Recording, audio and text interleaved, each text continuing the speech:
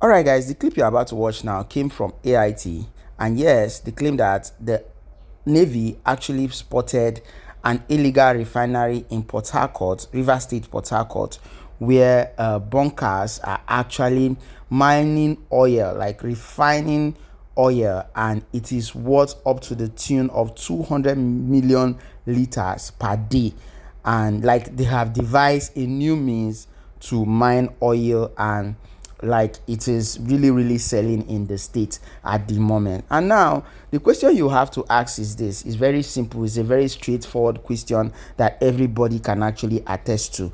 Who are the people? Are the Navy going to say they are not really aware of this whole process, or is it that they are threatened by one way or the other and they now have to come out to talk about this whole process? Because something like this, for a refinery, an illegal refinery inside a slum like this, using local materials, and the mining is up to 200 million, they will not tell me that there are government officials that are not involved, and most of their officers who are on patrol team are not involved in this. So they cannot say this is just the first time they actually came across that region, and yes, they discovered that something like this is happening in that region. Well, otherwise, except they can prove this whole point and make it clear otherwise that truly this illegal mining, they've never been aware, because, well, we don't know, but of course we are very certain that it must be politicians who actually own some of these resources. Well, let me play you guys a clip, listen to everything they say here, and after that we'll talk about these other guys who claim that the government, they are not the criminals who mine oil in River State, but the people who mine in barrels are the real criminals. Here's the video, please enjoy. Assessing the illegal refining site was a huge task due to the swampy terrain, which was further aggravated by the heavy downpour. Naval personnel and journalists staggered to get to the massive site used by the illegal refining operators. The wellhead used in siphoning the crude was still spilling contents into the water body, as the illegal operators were yet to cork it. The Commander Nigerian Navy ship NNS Pathfinder, Commodore Kajetan Anyoko, said he was shocked that people involved in the illegal refining activities have devised new means of using drums to refine the stolen crude.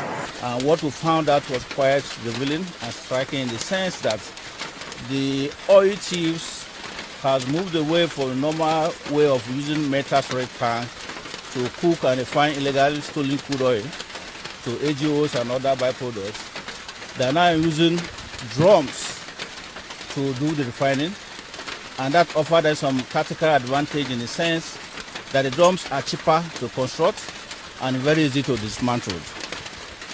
As the operation is still ongoing, they have destroyed over 500 drums containing over 200 liters of AGO, amounting to over 2 million liters of AGO. And the operation is still ongoing. And this site is capable of producing 200 million barrels of AGO, illegal refined product, on daily basis. The naval chief further noted that the Nigerian Navy will double its efforts to fish out those involved in the economic sabotage and clear the area of illegal refining activities. After this, we will continue, because this is not the only places. We'll keep on searching, and because for us to discover her, it took us over 5 days intelligence and surveillance effort. Because ordinarily, if it is a metal drum with drones and surveillance patrol, you will be able to discover that. But now they don't do it. They will use drums, do the cooking, dismantle the drum, and hide the drum. So we'll have to double our efforts to see that we're able to fish them out and clear all the illegal refinery sites. Commodore Kajetan Anyoko insisted that the Nigerian Navy will continue with the onslaught against oil thieves to ensure that illegal bunkering activities are totally eradicated in the oil-rich Nigeria. This is another clip too, coming from the Niger Delta region, and yes, this guy is saying that he is not a thief.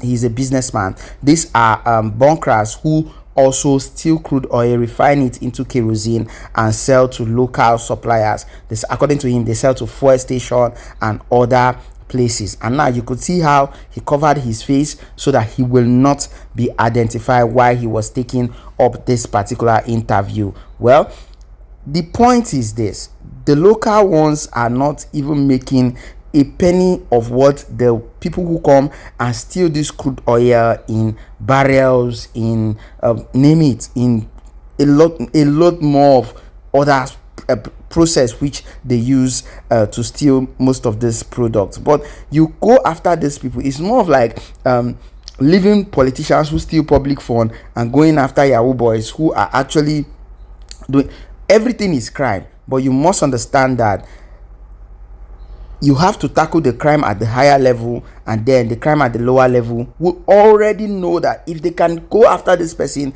coming for them is actually very easy, so they will quit. Now imagine these guys claiming that they are not thieves, they are actually businessmen. This actually brought me to one video one of the videos H.E. Peter Obi talk about settling these people, making them pay tax and refining this crude oil by themselves and supplying. Now imagine such a person as the president of the country to actually handle such affairs. Anyway, let's listen to what he has to say concerning all of their activities, how they do these things, and his defense towards all of everything the whole activity when it concerns crude oil, mining it to kerosene. Listen guys, please don't forget to subscribe.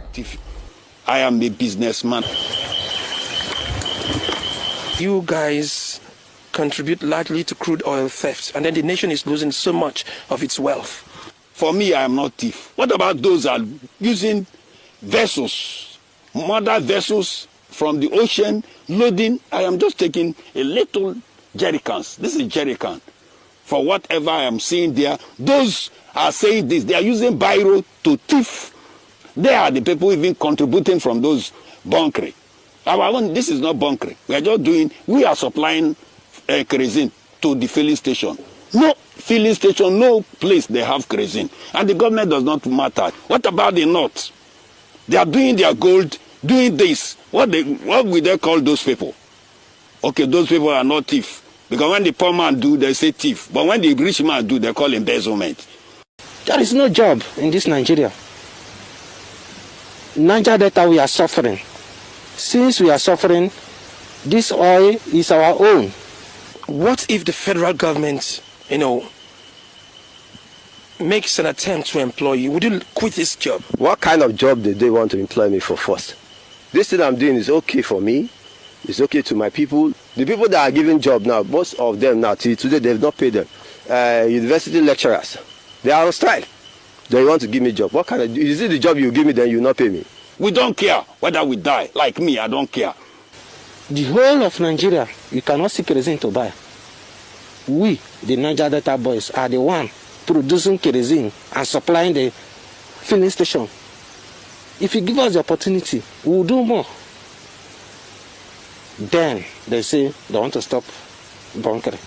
How? Are they giving us job?